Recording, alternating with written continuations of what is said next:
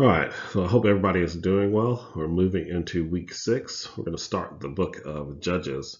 And once again, I just want to emphasize my main quote here that we do not have history, we have historians.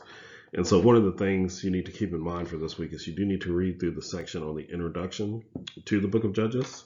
And in that introduction,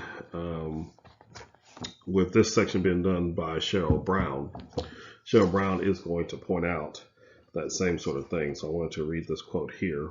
It's on page 131 in your textbook. She's going to say, a final aspect of Hebrew narrative is that it rarely explicitly comments or tells the reader how to respond, but tells the story and moves on, leaving the reader to draw the appropriate conclusions. The few times the narrator interrupts with an explicit comment or to give additional information to help the audience interpret the story are especially noteworthy indicators of meaning. So just keep that in mind once again. And I apologize, I'm a little under the weather, but I just wanted to go ahead and record this for y'all today. So we're entering into the book of Judges and looking at more of these historical narratives. So moving into the book of Judges, I just want to focus on 3 things during this lecture. The first one is just going to focus on the structure of the book of Judges. Then we're just going to talk a little bit out of chapter 1, a few things related to the settlement issues that are happening there. We're going to talk about the one bigger issue about Adonai Bezek and how his thumbs and toes get chopped off. So we'll talk about that section and kind of nuance it some for you. And then we'll talk about the reproof that comes to Israel. And once again, just one aspect of that. As they're going into the land and trying to live out God's promises, we're going to talk about some of the consequences they get in light of what God has done for them in the past. So it's worth emphasizing from the beginning that structures determine how we interpret text. And we either create a structure on our own or we utilize a structure given to us by someone else. In today's modern writing, every book is going to be structured pretty much for you. We do that for the reader to make it more helpful to them. So like even in your textbook, it's clearly structured where you got one commentary section on Joshua, one on Judges, one on Ruth, and then they break down each section with an introduction and whatnot to structure it for you to help you as the reader. Well, in ancient times, they didn't always do that. So you had to infer a structure from a text because it was not going to just be neatly broken down for you. So how we go back into these ancient texts and create structure has to do a lot with how we interpret it and what we think is the most important thing into a biblical book. So look at Stone's here at the beginning. So Stone has this outline of the book of Judges, and he's going to say the end from the beginning. Then he's going to focus on dissolution and then a decadent community. All negative terms here. So he's got 3 sections, which all of these scholars have. But for Stone, the main point of the book of Judges is decadent, destruction, decay, dissolution, the idea that people are not doing what God would have them to do and that we're just sinful human beings in a sense. Now, Daniel Block's is very similar. He's just going to nuance it a little bit. So instead of just focusing on decadence, he's going to focus on the canonization. So he's going to say it's not just that Israel is sinful. It's maybe Israel was trying to function in the reality of what God wanted them to do, but the reality is of life led them into sin. So he's going to say canonization is the main focus here. And the idea being is as they were living amongst the Canaanites are the ones that drove them into sinfulness. So he would just be saying more, it's related to culture and how culture and environment are driving you into sinful situations. And then Victor Hamilton is going to kind of push this and say, no, it's more about leadership. So notice here he's going to say, okay, there was no Joshua. So we lacked Joshua, so you had bad times. But then you did have judges, but it was on and off, on and off, on and off, on and off. And then there was no king. So all of them are going to say there's bad things happening in the book of Judges, but each is going to focus on a different thing. Stone is going to focus on dissolution and kind of the sinfulness within just the self. Block's structure focus more on the culture and how the culture kind of leads into sinfulness, and Hamilton's is going to focus more on leadership and how leadership can help you avoid sinfulness. So I hope that's clear that structure determines what you think is the main emphasis of a particular biblical book. So this is my own work on the book of Judges and how I have developed the structure for the book. And I think it's supposed to be cyclical in the sense that it's focused on different things in different parts.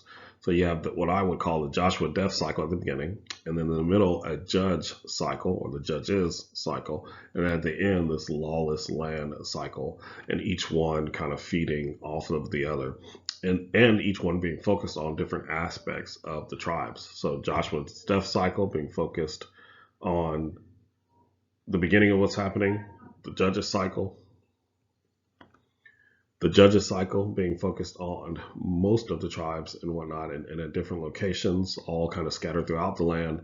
And then Micah's cycle being focused on a few events that happen at the end, but I also think going back to the beginning, like Brown is going to point out in her commentary, that the events at the end of the book are actually events that happened much earlier. But then from there, you have, I think, two mini cycles, so 5 cycles total, but 3 main ones in the book. Many cycles that help connect and bridge these sections. So you have this, what I call generation cycle, and then this Micah cycle that help to bridge this together. So 3 main cycles with 2 mini cycles that help to bridge it all together, and each one feeding into the other to build a theological structure. All right, so here is kind of my explanation of what that cycle is doing. So once again, most scholars are going to agree, like I showed you with stone blocks and Victor Hamilton's structures, that the book of Judges is broken into 3 main parts. But the question is, why is there some of the repetition in the book? So like, why is Joshua's death repeated in 1:1 and 2:8? Why does the refrain about the lack of a king in Israel not appear at the beginning of chapter 7, but why is it in verse 6, even though there's a clear break when you get to verse or chapter 17 from chapter 16? It's a different thing happening there. So there is some questions that need to be answered beyond just this threefold structure, and that's what I'm trying to dive into now, that there's some theological intent behind this. So for me, what's key here is what the author is trying to do in each of these different cycles, and that there is a refrain or a repetition of words. And once again, you need to make sure that you read through these pages, because this information will come up on your quiz for this week. But as Brown tries to deal with the structure of the book of Judges, she's going to point out repetition of statements, wordplay, excessive details, dialogue, juxtaposition, and type scenes. These are all on page 130 through page 131. So you do want to keep those sort of elements in mind, because those will show up once again on your quiz, and they're just helpful in trying to understand what's happening in text. So this one is going to be what we call a refrain, or a repetition of information, or an inclusio at the beginning and the end of a section to tie it together. So cycle 1 is tied together by Joshua's death. It's mentioned at the beginning and the end of that cycle. Cycle 2 is tied together by the statement of wickedness happening amongst the generation. So you've got at the beginning, the people committed wicked acts, and then at the end, God bringing wickedness upon them, or destruction upon them. Cycle 3 contains the element of the judges that's just repeated over and over again 12 times, and I would argue to represent the 12 tribes of Israel, though not every tribe had a judge. And each of these elements, which are also pointed out in your textbook, happen in this section. And these are laid out in chapter 2, verses 11 through 13, and then projected throughout this entire section. So you get God's, the Israel rejects the Lord. God, it's tied into just the whole thing though. But Israel rejects the Lord. God responds with wrath. A judge is raised up, the people are saved because of groaning, the judge dies, and then the people continue to reject the Lord. So when I said earlier from 2:11 through 13, I meant from 11 through 19. So forgive me for that. And then the 4th cycle revolves around this person known as Micah, who's going to be mentioned at the beginning and the end of that cycle. And so Micah becomes the emphasis there, whereas Joshua is the emphasis in the 1st cycle. And then the 5th cycle is going to revolve around this sort of idea of a king who has not yet appeared. So there's no king in Israel, so that everyone does what is fit in their own eyes, and that's repeated 4 times throughout this section, at the beginning, once again, and at the end. So that's called a refrain, or an inclusio, to tie in the sections together, or the cycles together. So now let's step back and try to tie all of this together, now that we've argued for why there are these 5 cycles in Judges. Cycle 1, Joshua died, so that people had to come up with their own leadership. And as Judah was somewhat leading, it was not cohesive in the structure of what they needed. So therefore, you enter into what's called the wicked generation cycle, and that the wickedness that they have committed is going to cause God to bring wickedness upon them. And then you enter in a section where 12 times that this solution is tried to be offered for dealing with this, that pretty much as a representation of the 12 tribes of Israel, an individual has been tried to be raised up over and over and over again to end this sort of wicked generation cycle, but it only lasts as long as they are around. So then you enter into the Micah cycle, with the emphasis here being on the fact that individuals are the ones who are prone to sin. So it doesn't matter what we do collectively. A leader can keep people from sinning for a while, but those individuals will drift off into sin in and of themselves when they're left to their own devices, when they don't have other structures in place to keep them from wickedness. And so then, therefore, what ends up happening is you end up hoping for a king, hoping for an individual who can unite everyone together and keep everyone from sin. But if no one is there to do that, and no one is there to uphold a kind of kingly standard for righteousness or one standard of truth, everyone is going to kind of do what is right in their own eyes, which leads to the collapse of society. And that to me would be the theological point of these 5 structures in the book of Judges. So now we'll move into what perhaps is one of the most difficult passages in the Hebrew Bible, but definitely one of the most difficult ones in the book of Judges. So in Judges chapter 1, verses 6 through 7, we're told about this guy named Adoni-Bezek, and that Israel was fighting against him, and he fled from them, and when they caught him, they cut off his thumbs and big toes. Now Adoni-Bezek says, okay, I did this to 70 other kings. So in his own words, 70 kings with their thumbs and toes cut off have picked up scraps under my table, meaning that I have elevated myself above them. Now God, which some people think is a reference to his own God, but I think a reference to Elohim, the true God, Yahweh of the Hebrew Bible, has paid me back for what I did to them. And then we'll talk about the last part here in a second.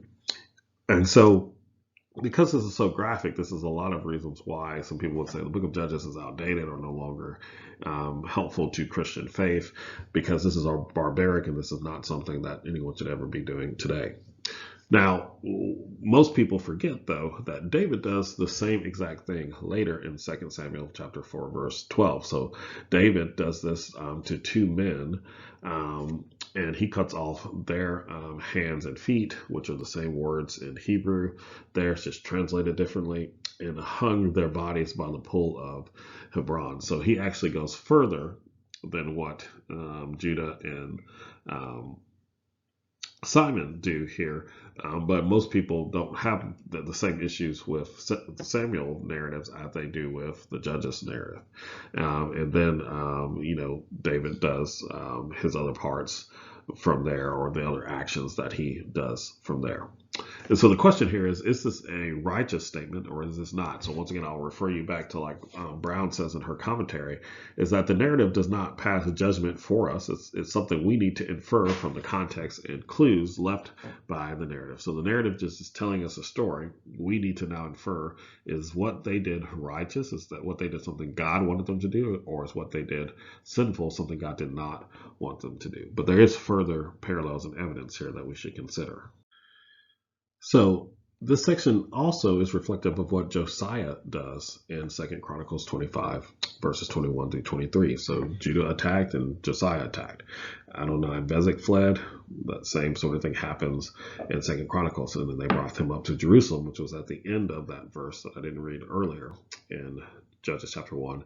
And Josiah does the same thing to Amaziah, the one who he's fighting.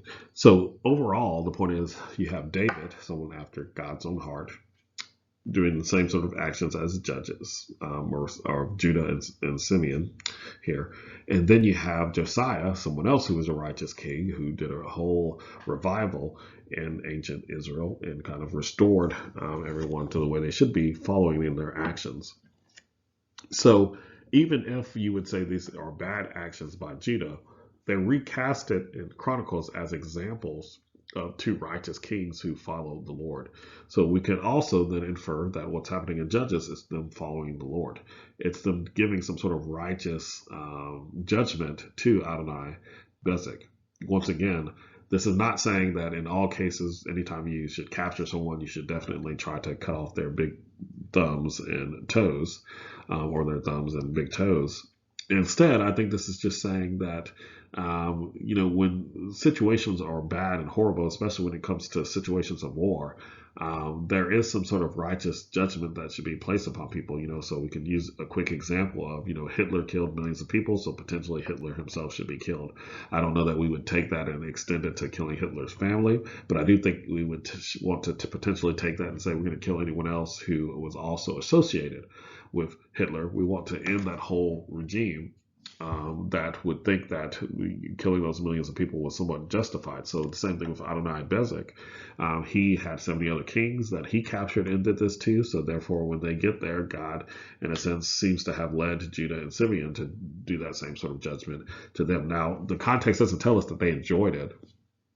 And sometimes that's inferred. So it's not as if the leaders of Judah, the leaders of Simeon are all sitting around going, oh, this was great. I'm so glad I had to do this. Potentially they were mournful over it. Potentially they were saying, I don't want to do this, but this is the sort of righteous judgment that God may have called us to do it. And I do think that should be the heart of any of these judgments, because all sinfulness needs to be judged and dealt with. But having to, stone someone in the ancient world because they committed a sin, like Christ does in the New Testament, is not something we should all be bloodthirsty to want to do. We shouldn't be bloodthirsty to want to hurt other people, because then we would be no better than Adonai Bezek and any of the enemies of David or Josiah. Instead, we should want things to be done justly. But when they can't be, and when things have gone too far, we need to also have, in some cases, extreme actions to correct those extreme oversights of righteousness. So I'll end with just emphasizing some of the important literary connections found in Judges 2 verses 1 through 5, and then just focused on the main ones in verses 1 through 2. So the first thing here is that I brought you up and I led you. These have some strong connections to what God had done for his people in the past. And both Exodus and, Moses in the book of Exodus and Jeremiah in his prophetic literature point out that what God did was good for them. God saved them and helped them and established them in places that they needed to be. And then this section goes on to say that I swore to give this to your ancestors. And this is a reminder, once again, of what it is that God had done in the past and how he had restored them, drawing specifically probably from Deuteronomy 1:35. And then my covenant with you, I would say, is an emphasis on the Abrahamic covenant, the covenant of faith, not necessarily the Sinai covenant, the covenant by which people are meant to do certain things, but the covenant by which they're supposed to be faithful and focus on God. And so if you had taken kind of the Pentateuch class with me, I tried to point that out about how the two covenants are different, but I would argue that there's a covenant of works, which is represented in the Sinai covenant, and then a covenant of grace or faithfulness, which is represented by the Abrahamic covenant. And so this text is focused specifically on that Abrahamic covenant that's mentioned much earlier, and is building on the Noahic covenant and the eternal covenant mentioned in Leviticus 26:9. And then this last part, you shall break down their altars, is specifically a reference once again to Exodus 34:13, where God is reminding them of their commitment that they need to have to the covenant, and that they should have broken down the altar. So we can zoom out and put all of these together to say that this entire section in these two verses is trying to preface everything else that's about to come before they're giving any sort of judgment or entering into this wicked cycle, because they commit wickedness. God is going to bring wickedness upon them in a context of focus on what God has done, focus on what God has given you, focus on the covenant that he has set before you and the standards by which you can live in that covenant. And if you do that, you'll be able to achieve and continue to pursue what it is that God has for you, continue to expand God's righteousness to the ends of the world. But if you choose not to focus on that, if you choose only to focus on things that you want to do, or to be canonized Canaanized, as Daniel Block pointed out, let the culture affect you. If you continue to move through and let bad leadership take place, if you continue to move through and let your own sinfulness kind of take over you, which I think are all combined in the book of Judges, then you will end up not being able to live out as God, life as the way that God wants you to. So instead, focus on these things that God has done in the past, so that you can live righteously into the future.